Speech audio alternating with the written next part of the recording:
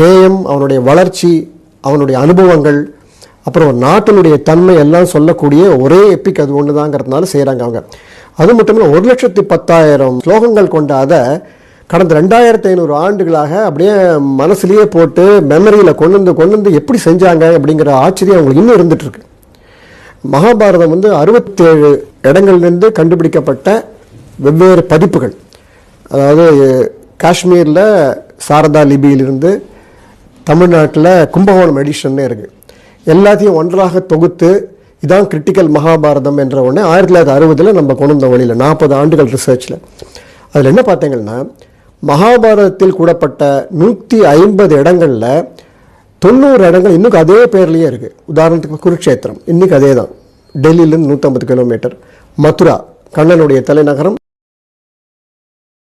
அதே போல் அஸ்தினாபுரம் கௌரவங்களுடைய தலைநகரம், டெல்லியிலிருந்து 80 கிலோமீட்டர்.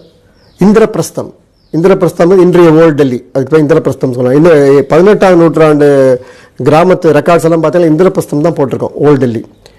ஸோ இந்த மாதிரி எல்லா இடங்களும் அதே பேரில் இருக்குது. அதே மாதிரி தெற்காசிய நாடுகளில் மகாபாரதம் சார்ந்த கல்வெட்டுகள் பல உண்டு.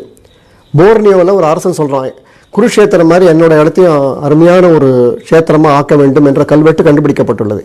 ஸோ இந்த இடங்கள்லாம் நமக்கு இருக்கிற போது அந்த மெமரி எல்லாமே it's memory of the Mahabharata. இங்கெல்லாம் அகழாராய்ச்சி செய்தால் மகாபாரதத்தினுடைய உண்மைகள் கிடைக்கும்னு சொல்லிட்டு பிபி லால், எஸ்ஆர் ராவ் போன்ற ஆர்கியலாஜிக்கல் சர்வே ஆஃப் இந்தியா கிட்டத்தட்ட ஒரு 100 சைட்ஸ் ஆர்கியலாஜிக்கல் சர்வே பண்ணியிருக்காங்க. இன்னொரு முக்கியமான விஷயம், மகாபாரதத்தில் சரஸ்வதி நதியை பற்றி ஒரு செய்தி வருகிறது. சரஸ்வதி நதி கரையில் தான் மகாபாரத சம்பவங்கள் பெரும்பான்மை நடந்திருக்கின்றன. மகாபாரதத்தில் என்ன சொல்கிறாங்கன்னா, சரஸ்வதி நதி அந்த காலத்திலேயே கிட்டத்தட்ட முட்டி கீழே போயாச்சு, கிட்டத்தட்ட வறண்ட நிலைமையில் உள்ளது என்று மகாபாரதத்திலேயே ஒரு செய்தி இருக்கிறது.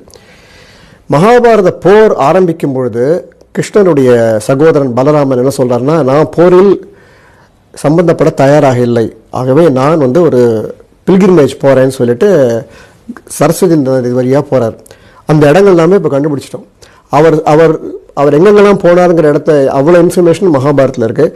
அந்த நேம்ஸ் எல்லாமே இன்னும் ரீட்டைன் இருக்குது. ஆகவே மகாபாரதம் 4500 ஆண்டுகளா 5000 ஆண்டுகளுக்கு முன்னாடி நடந்தது என்று சொல்கிறாள். அதற்கான ஆதாரங்கள் இன்னும் same name have been retain the same place. Dwarka என்ற இடத்தில் எஸ்ஆர்ஓ அகழாராய்ச்சி உங்களுக்கு எல்லாமே தெரியும், இட்ஸ் வெரி ஃபேமஸ் ஒன். மகாபாரதத்தில் என்ன சொல்லியிருக்கு, அதே மாதிரி பாகவத்தில் என்ன சொல்கிறதுனா, கிருஷ்ணர் மோட்சத்துக்கு போகும்போது அக்கார்டிங் டு த ட்ரெடிஷன் அவர் சொல்கிறார், துவாரகை கடலுக்கு அடியில் மூழ்க போகிறது, அந்த அர்ஜுனா எல்லாரும் காப்பாற்றிட்டு போன்னு சொல்கிறார். இதை க்ளூவாக வச்சுட்டு எஸ்ஆர் ராவ் அங்கே அகழாராய்ச்சி செய்கிறாரு. கடலுக்கு அடியில் பிரம்மாண்டமான நகரம் இருக்கிறது என்று கண்டுபிடிக்கப்பட்டுள்ளது. எப்போது 2002 கண்டுபிடிச்சாச்சு. அதற்கான புத்தகங்களும் வெளியிட்டார். டிஎல் டேட்டிங் ஒன்று, தெர்மோ லூமினன்சஸ் டேட்டிங் பார்த்து அது அந்த காலம் 1500 பிசி என்று சொல்கிறார். அதாவது 3500 ஆண்டுகளுக்கு முன்பாக அந்த நகரம் இருந்தது என்று ஒரு சொல்லியிருக்காங்க. இந்த புத்தகங்கள் எல்லாருக்கும் அவைலபிள். ஆனாலும் அங்கே ஃபர்தராக ரிசர்ச் எதுவுமே நடக்கவில்லை 15 ஆண்டுகளாக. அது ஏன்னு தெரியல. மேல்நாட்டிலிருந்து கிடைக்கப்பட்ட சில ஆதாரங்கள் நமக்கு மகாபாரதம் நடந்ததுக்கான ஆதாரங்கள் இருக்குது. உதாரணத்துக்கு பெஸ் நகர் என்ற இடத்தில், பெஸ் நகர் என்பது மத்திய பிரதேசில் இருக்க இடம், அங்கே ஒரு ஸ்தூபி இருக்குங்க, கருடா ஸ்தூபி. அதில் என்ன சொல்லியிருக்காங்கன்னா, ஒரு கிரேக்கன் அந்த ஸ்தூபியை தயார் பண்ணியிருக்கான்.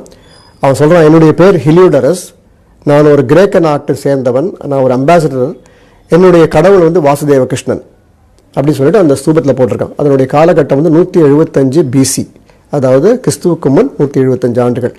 ஸோ 2500 ஆண்டுகளுக்கு முன்பாகவே கிரேக்கர்கள் கண்ணனை வழிபட்டதுக்கான ஆதாரங்கள் நமக்கு கிடைத்திருக்கின்றன.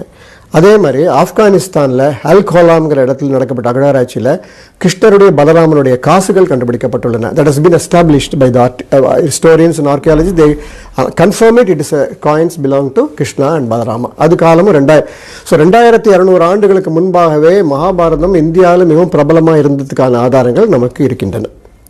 இன்டர் டிசிப்ளின் அப்ரோச்னு சொல்லுவாங்க, அதுலேயும் மகாபாரதம் ஆராய்ச்சி உதவியாக இருக்கிறது. மகாபாரதம் அந்த காலத்தில் பார்த்தீங்கன்னா எல்லா காலகட்டமே அஸ்ட்ரானாமிக்கல் பேஸ் தான். மகாபாரதத்தில் 140 இடங்களில் சம்பவங்கள் எல்லாமே அஸ்ட்ரானமியோட லிங்க் ஆயிருக்கு. உதாரணமாக ஃபார் எக்ஸாம்பிள், கிருஷ்ணர் துவாரகையிலேருந்து கிளம்பும் போது ரோகிணி நட்சத்திரம், ஒரு அஸ்தினாபுரம் சேர்ந்தபோது எந்த திதி என்ன நட்சத்திரம் இருந்தது, அப்போ என்ன எக்லிப்ஸ் இருந்தது, அப்போடைய சன்னோட பொசிஷன் என்ன, மற்ற பிளானட்டோட பொசிஷன் எல்லாமே மகாபாரதத்தில் இருக்குது. இந்த இன்ஃபர்மேஷனை வைத்துக்கொண்டு professor Narahari Achar university of Memphis அமெரிக்காவில் பிளானட்டோரியம் சாஃப்ட்வேர், நாசா கண்டுபிடித்த பிளானட்டோரியம் சாஃப்ட்வேர் என்ற ஒரு கம்ப்யூட்டரை வச்சுட்டு டேட்டை ஃபிக்ஸ் பண்ணுறாரு, மகாபாரத டேட்ஸை. ஃபேசினேட்டிங்.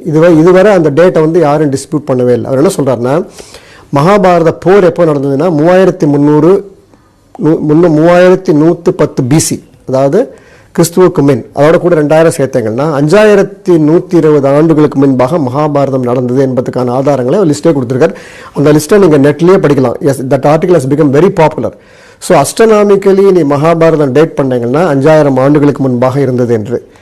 கல்வெட்டு பார்த்தீங்கன்னா புலிகேசின்னு ஒருத்தன் நமக்கு எல்லாருக்கும் தெரியும், சாளுக்கிய மன்னன். அவனுடைய கல்வெட்டில் சொல்லியிருக்கான் வந்து, இந்த கல்வெட்டை நான் தயாரிப்பதற்கு 3640 ஆண்டுகளுக்கு முன்பாக மகாபாரத போர் நடந்ததுன்னு சொல்லியிருக்கான். அதை பேஸ் பண்ணியும் பார்க்கும்போது கிட்டத்தட்ட அதே 5100 ஆண்டுகளுக்கு முன்பாக மகாபாரதம் நடந்ததுக்கான ஆதாரங்கள் நமக்கு கிடைச்சிருக்காரு. இதே போல் துவாரகையில் நடந்த அகழாராய்ச்சி, அதே மாதிரி கல்ஃப் ஆஃப் கம்பட்னு ஒன்று இருக்குது. அதாவது துவாரகையிலிருந்து கிட்டத்தட்ட 200 கிலோமீட்டர் தள்ளி இருக்குது. கடலுக்கு அடியில் நடைபெற்ற ஆராய்ச்சியிலும் மிகப்பெரிய ஒரு பட்டினம் இருப்பதாக கண்டுபிடிக்க வேண்டியது கல்ஃப் ஆஃப் காம்பே என்ற ஆராய்ச்சி நடைபெற்றது. அங்கேயும் ஃபர்தராக எந்த ஆராய்ச்சியும் எதுவும் நடைபெறவில்லை என்பது மிக மிக துரதிர்ஷ்டம்.